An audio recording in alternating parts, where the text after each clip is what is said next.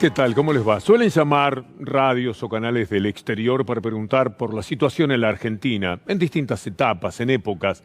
¿Qué diría este periodista hoy si fuera llamado, que fue un día extraordinariamente normal, de gran acatamiento de la cuarentena, que la ciudad está vacía, esta ciudad de Buenos Aires, que cuesta muchísimo encontrar personas siquiera en la puerta, salvo los que salen a saludar a Robertito en algún balcón? Pero ciertamente hay un cumplimiento extraordinario. Del lado del gobierno diría que se está trabajando muy bien y que hoy apareció una polémica de la que hay que evitar por el precio que se pagó por los alimentos, en el apuro y en la necesidad. Y como siempre, sacaron ventaja los que normalmente la quieren toda para ellos. Y el gobierno tuvo que ponerse con una diferencia que está por encima de lo que verdaderamente debía pagar por los alimentos que tuvo que comprar para 3 millones más de personas. Eran 8. Ahora fueron de golpe 11 millones de personas y hubo que comprar. Y ahí está la ventaja del que tiene el producto y dice, vale tanto. Tanto, sí, es lo que vale, si lo querés. Y el Estado no tiene las herramientas necesarias como para discutir eso, y mucho menos en el apuro, cuando la gente tiene que comer esta noche o tiene que comer mañana de mañana. Así que el reporte sería todo lo bueno, todo lo ingrato de la tarea que hay que realizar y un acatamiento formidable de la población en cuanto a la cuarentena. Y en medio de todo esto una cierta esperanza, que viene de la Argentina porque están trabajando muchísimos científicos del CONICET para encontrar un remedio, una salida y para, sobre todo, solucionar el tema de los testeos. Y desde lo internacional, con la firma, con el aval de la Universidad de Pittsburgh, está llegando un médico que también acerca una cuota importante de esperanza por una vacuna que ya fue probada en ratones, que normalmente tiene que esperar un año, pero que ahora la van a apurar todo lo posible, porque el mundo necesitaría de una buena noticia, que se concrete esto que a modo de esperanza les presentamos a todos. So for this vaccine, we're going to deliver the antigen with a novel technology that's referred to as a dissolvable microneedle array. What the microneedle array is able to do is to deliver the vaccine antigen directly into those areas of the skin that are made to make an immune response. And so it results in a very potent vaccine. When you're thinking about how these microneedle arrays are actually used in practice, think about them as almost like a Band-Aid. And so the microneedle array is simply applied to the skin topically, pressed into place very shortly, and then taken off and thrown away. And then the antigen is already delivered. The biggest challenge is then scale up the production to the number that this vaccine is going to be eventually needed. We have a technology that is pretty common technology, it's not rocket science, is a sub-unit vaccine, which is relatively easy to manufacture and is scalable. We think that if immunogenic with the combination of the delivery system can make possible candidate for a pandemic vaccine. So I think it's important to remember that this vaccine and other vaccines that are going to be emerging are really the result of a lot of work that's been done by scientists in very diverse areas. And we need to bring all those scientists together from different areas working together to be successful in this effort. And that's what's happening here. La que ofrece el doctor Luis Caro, con el respaldo, como les decía, de la Universidad de Pittsburgh, es muy importante. Yo me quedo esperanzado. Le agradezco al doctor Adrián Paenza el envío de este material que el otro día le prometía a nuestros compañeros de Sobredosis de TV en el programa del sábado. Y hoy pudimos compartirlo con ustedes, porque hay una ilusión latente allí. Ellos lo dicen con la sobriedad de los científicos, pero corresponde esperar que prontamente podamos poner una alerta, un primero C5N, algo que levante a todos cuando la noticia sea encontraron la vacuna. Y si no, el remedio que se está buscando también de distintas maneras en la República Argentina. Por supuesto que estas cosas conviven con las pésimas noticias que pueden ofrecerse cuando se mezcla la política ruin, con este estado de ánimo que todos tenemos naturalmente, la consecuencia del encierro, de preguntarnos qué va a pasar mañana y sobre todo la salida de este episodio. Y así está el resultado de una mentira más de Gerardo Morales, el señor feudal de la provincia de Jujuy, que mintió como miente siempre, porque sabe que tiene la protección mediática de los grandes medios para poderlo hacer. Ustedes recuerdan perfectamente el micro que partió, fue expulsado directamente de Jujuy y que fue detenido en la avenida General Paz. Aquí podía haber, de pronto, 60 candidatos a contagiar cada uno de ellos a otros cientos del coronavirus. Había una persona que podía tenerlo. No les importó, se quisieron quitar de encima, por esa xenofobia que tiene Gerardo Morales y demás, a toda gente que todavía no tenía que recorrer ese camino hasta la ciudad de Buenos Aires.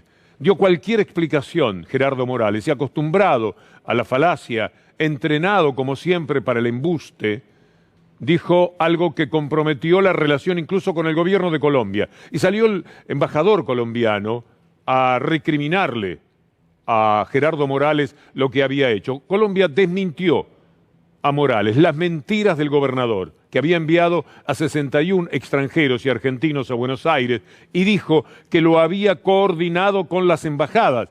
En buen problema estaba metiendo al embajador de Colombia, por ejemplo, y por eso le dijeron de todo, como se merece además Gerardo Morales, que convive con esa posibilidad de simular siempre, de recurrir al engaño a sus propios periodistas, no a los de él, sino a los de la provincia. En determinado momento sirve solo como muestra de la capacidad para mentir de este hombre. Les pedía lo siguiente: si no cerramos Jujuy, vamos a tener la misma curva de Italia y la misma curva de crecimiento así exponencial que está teniendo Buenos Aires y la provincia de Buenos Aires.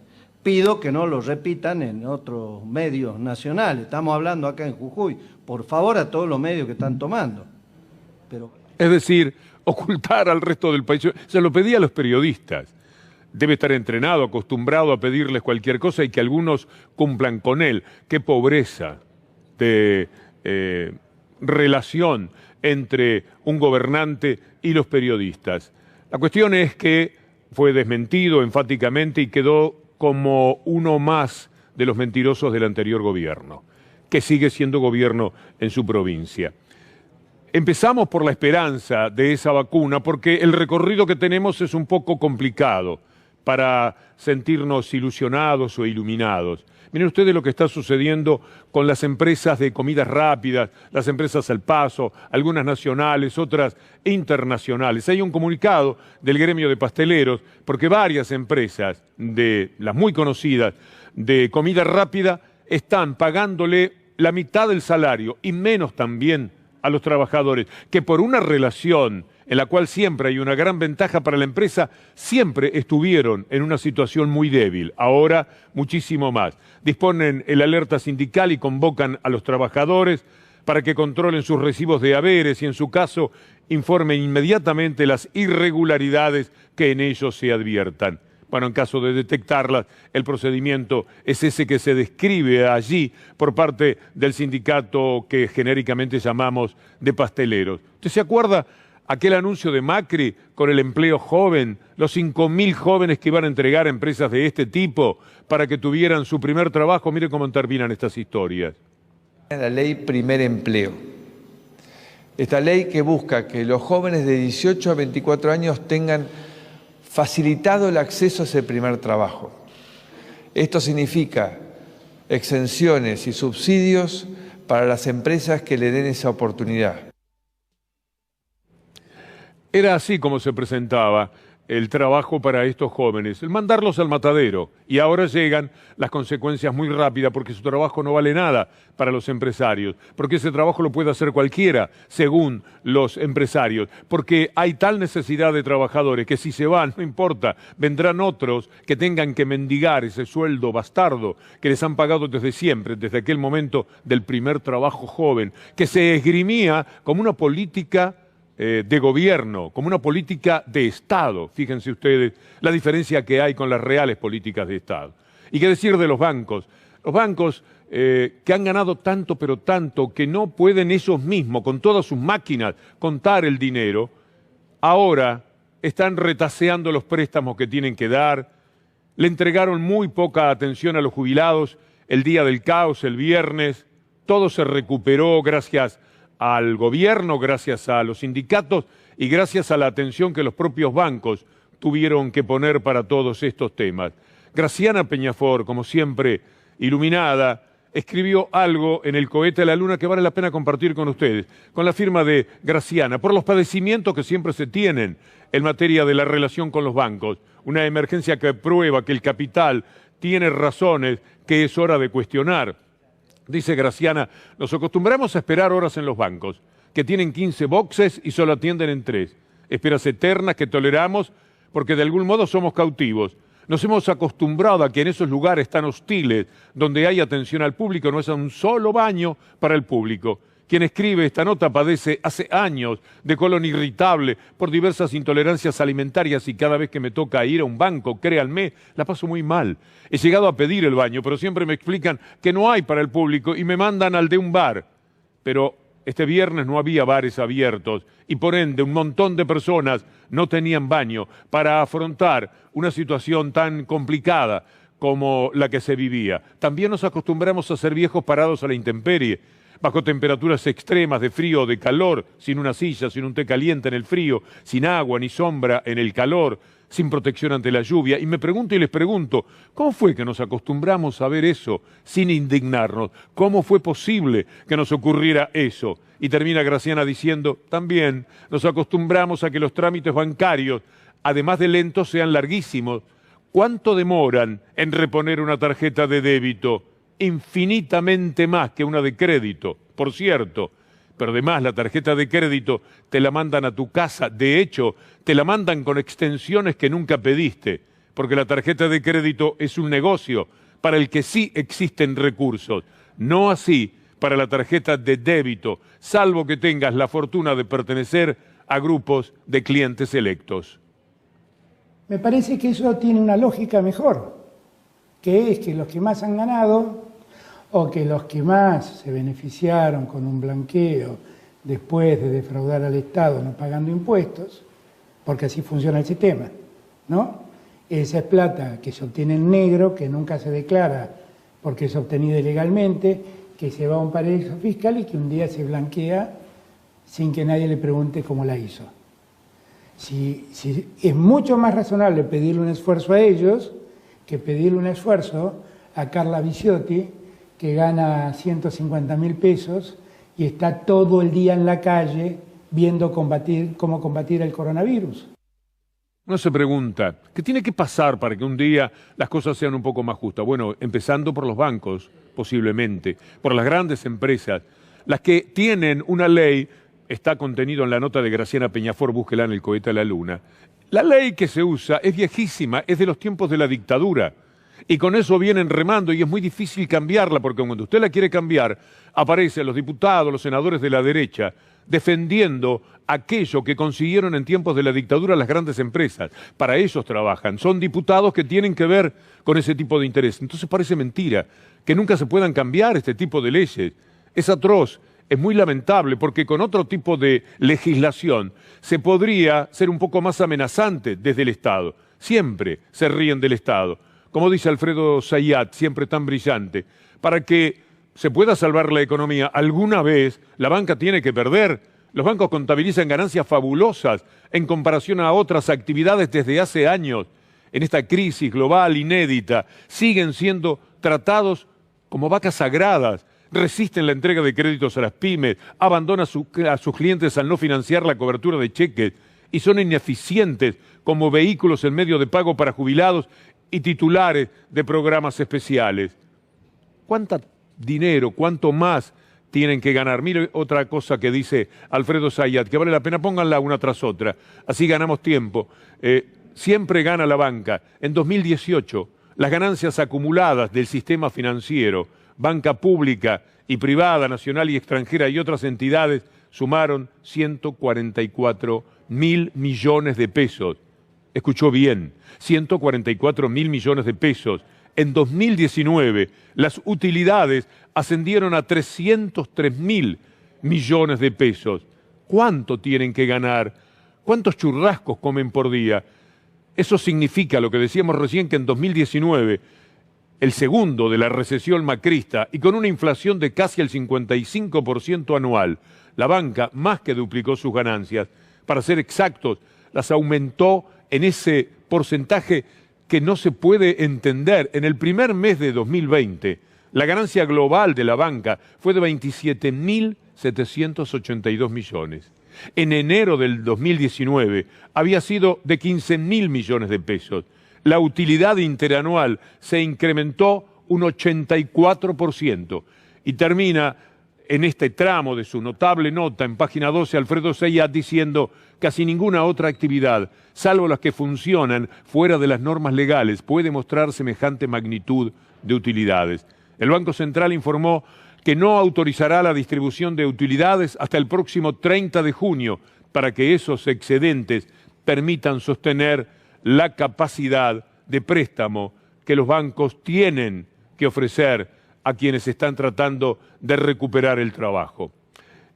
Supimos algo en estos días que también tendría que ser un mensaje para los bancos. La hija del dueño del número 1 del Banco Santander, creo, en Portugal, detalló lo que pasó con la muerte de su padre y dijo una frase que de verdad tantas veces pronunciamos frente a quienes no pararon de ganar dinero en su vida y al final no la pueden meter en el cajón. Mire lo que dice esta mujer. El que murió se llama Antonio Vieira Monteiro, presidente del Comité de Administración del Banco Santander en Portugal, murió a los 73, víctima del coronavirus. La hija del bancario, presentado como la persona más rica de Portugal, escribió en su cuenta de Twitter: somos una familia millonaria, pero mi papá murió solo y sofocado, buscando algo tan simple como el aire.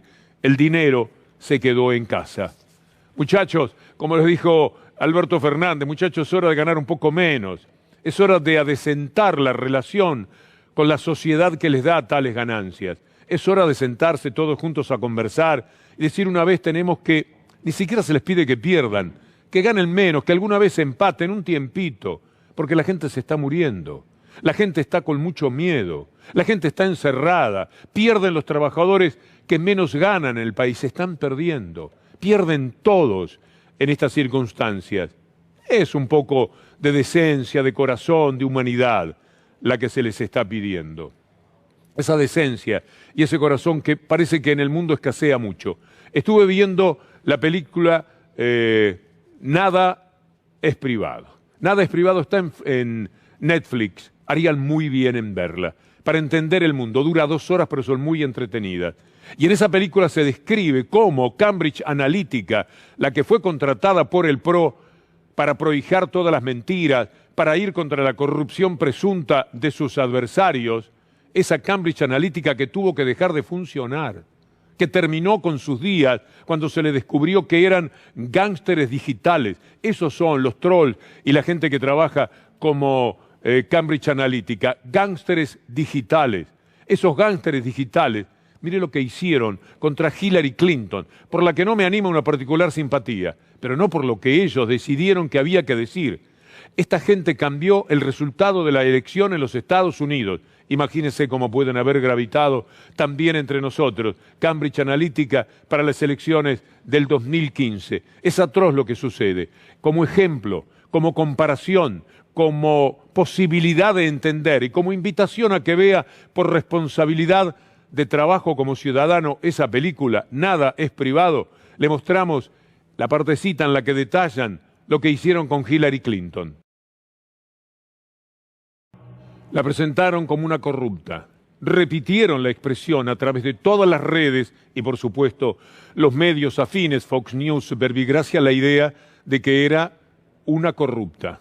Y con eso consiguieron la ventaja, no demasiado amplia, pero la necesaria como para ganar las elecciones. Eso hicieron en Estados Unidos y también en países menos significativos en cuanto a población y capacidad económica como Trinidad y Tobago, y por supuesto también en la Argentina. De esta manera se trabaja para engañar a la gente, de esta forma es que toman el cerebro. Esa es la victoria del capitalismo. Se sabe, pero no se puede combatir todo esto. Diariamente tenemos a los diarios locales o a los trolls macristas tratando de ensuciar la vida política del país. Lo que hicieron el viernes los periodistas favorables al sistema neoliberal es una vergüenza. La forma en que atacaron al gobierno por un error que se subsanó inmediatamente, tratando de anular todo lo que se había hecho en ese momento, jugando con la mentalidad de gente que en muchísimos casos ya viene envenenada de antemano. Así fue que ellos pusieron a Trump en los Estados Unidos y así fue que en la Argentina también trabajaron para que estuviera una persona que quizás se defina con esto que van a ver ustedes como presidente de la República. Hoy estamos a meses que un robot te reciba como médico clínico en un hospital y te diagnostique y te derive un especialista, porque va a tener toda la información que un ser humano no puede tener. Esto está pasando en el mundo hoy, es impresionante, ¿no? Esto está pasando.